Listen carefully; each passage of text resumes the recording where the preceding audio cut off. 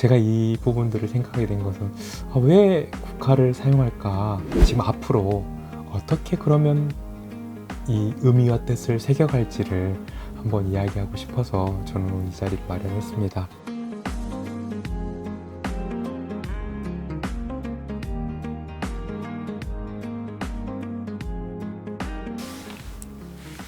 네, 여러분 안녕하십니까? 오늘 속에서 오늘을 배우다 오늘 학교의 관실입니다.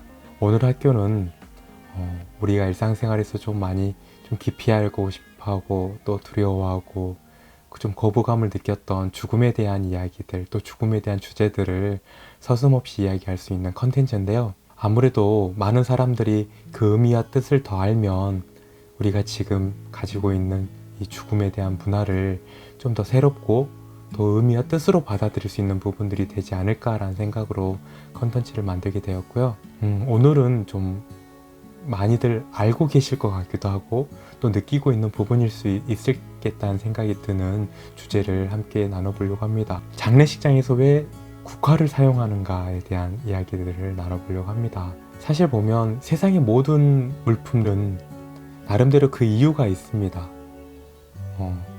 의미와 뜻, 의례, 더군다나 이 죽음 의례에서 사용되는 부분들은 나름대로 그 꼭두라는 부분들도 마찬가지로 각 그 꼭두의 종류마다도 다 나름대로 의미가 있거든요.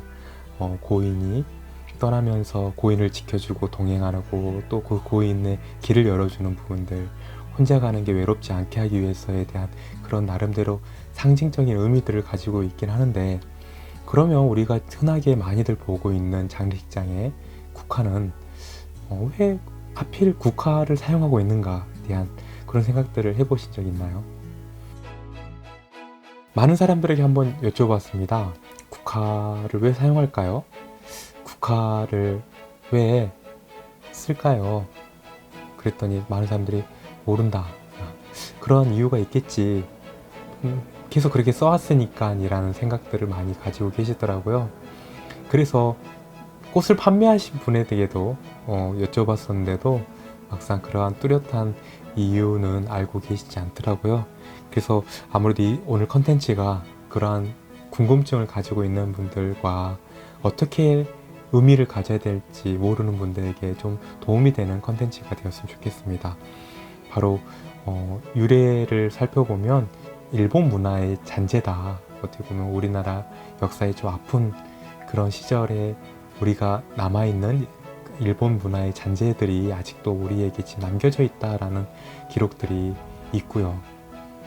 그때 아무래도 근화로 사용되었던 그런 부분들에 대한 자료들을 보고 아무래도 그 잔재가 남아있다라고 말씀하신 부분들도 있고, 또 한편으로는 저희가 이제 1876년에 강화도 조약을 하면서 이제 서양의 문화가 넘어오면서 우리나라에 아무래도 서양 문화가 들어오면서 이렇게 형성된 하나의 의례의 꽃이 되었다라고 말하는 분들도 계십니다. 유럽에서는 죽음의 꽃 하면 바로 국화를 떠올립니다. 우리나라도 벌써 이제 그렇게 돼버렸죠. 잘 생각해보면 정말 한 70년대 때만 해도 정말 사람들에게 물어보거나 주변을 떠올려보려고 하면 그때는 장례식장이라는 부분들이 아니라 가정에서 장례 하나의 상을 치르는 부분들이었는데, 그때에는 국화라는 부분들을 거의 보기가 힘들었습니다. 저 역시도 마찬가지로 어렸을 때 가정에서 장례를 치르는 모습들이 많이 흔하게 볼 수 있었는데 국화의 꽃을 사용하는 부분들은 없었죠. 우리나라에는 불교와 유교의 역사적인 부분들에 보면 향을 피우는 부분들이 되어 있었지만, 현대 장례식장에 가면 국화꽃을 올리는 부분들을 많이들 볼 수 있게 되면서 장례식장이나 죽음에 관련된 꽃은 국화다라고 자연스럽게 그 경험적 학습으로 입력되어 있는 부분들이 되어버리는데요. 서양에서 국화의 뜻은 고결과 엄숙을 가지고 있습니다. 또 우리 동양에서 꽃말로 생각을 해보면 성실, 진실, 감사라는 뜻을 가지고 있습니다. 동서양을 막론하고 어떻게 보면 국화의 뜻은 순결과 또 죽음의 고결의 뜻을 가지고 있는 부분들은 많이 통한 부분들이기도 하는데요. 서구에서 문화에서 넘어올 때도 꼭 국화를 고집하지는 않았거든요. 많이들 생각해보면 서양에서 보면 고인이 좋아하는 꽃을 전하면서 그 마지막에 우리 한국적인 표현을 입관식 할 때 고인이 좋아하는 꽃을 전했던 의례들이 우리나라는 지금 국화로 정립이 되어버린 부분들인 거죠.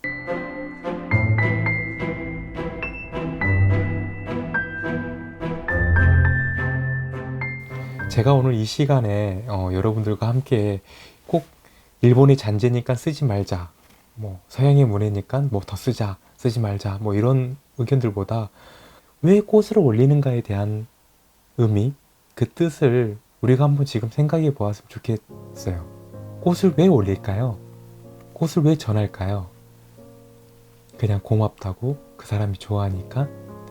사실 우리가 살아있는 사람, 죽은 사람, 살아있을 때 생일 선물로 사람들에게 꽃을 전합니다. 살아있음에, 기쁨에, 감사에, 즐거움에 전합니다. 죽은 사람에게, 떠났다고 생각한 사람에게 왜 꽃을 전할까요? 그 살아있었을 때의 그 마음을 같이 나누고 또 전하고자 그 꽃을 전했을 것입니다. 꽃이 가지고 있는 의미와 그 꽃이 가지고 하는 역할들을 우리가 한번 생각해 보자는 거죠. 꽃은 향기를 가지고 있고 살아있기 때문에 피어나는 그 아름다운 꽃의 의미를 마음과 마음으로 통하기 위해서 저는 전한다고 생각을 합니다. 그 마음의 꽃이 지금 살아있는 나와 먼저 떠난 고인과 연결해주고 통하는 꽃이 된다면 그 꽃의 모습이 어떠하든 어떤 형태를 갖추고 있든 저는 중요하다고 생각하지 않습니다. 그래서 서양에서 보는 그런 영화에 나오는 부분들을 보면 사실 꼭 국화를 고집하지는 않죠.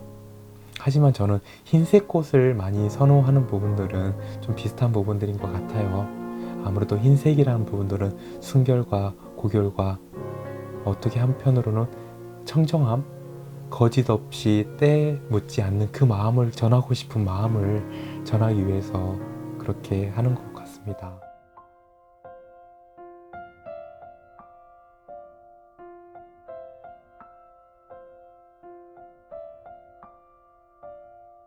죽음이 가지고 있는 의미는 결국 우리가 삶과 다르지 않다고 생각됩니다.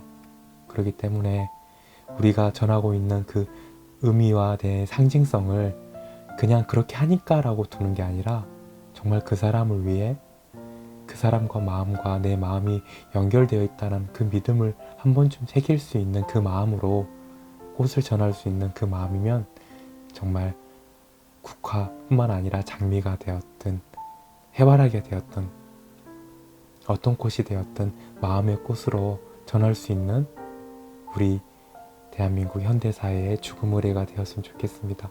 우리가 정말 국화를 쓰는 부분들이 어떠한 부분들에 어떤 의미를 가지고 있는지 한번 알아보는 시간들이었는데요. 아무래도 평상시에 죽음 의례에 대한 부분들에 궁금한 부분들이 있으면 같이 댓글로 나눠주시면 함께 나누는 시간들이 되도록 하겠습니다. 여러분들이 함께 나누는 그 의미와 뜻을 함께 알아가고 함께 또 배워가는 시간들이 될 수 있는 시간이 되도록 노력하겠습니다. 오늘 덕분에 함께 배우는 시간이었습니다. 관실이었습니다.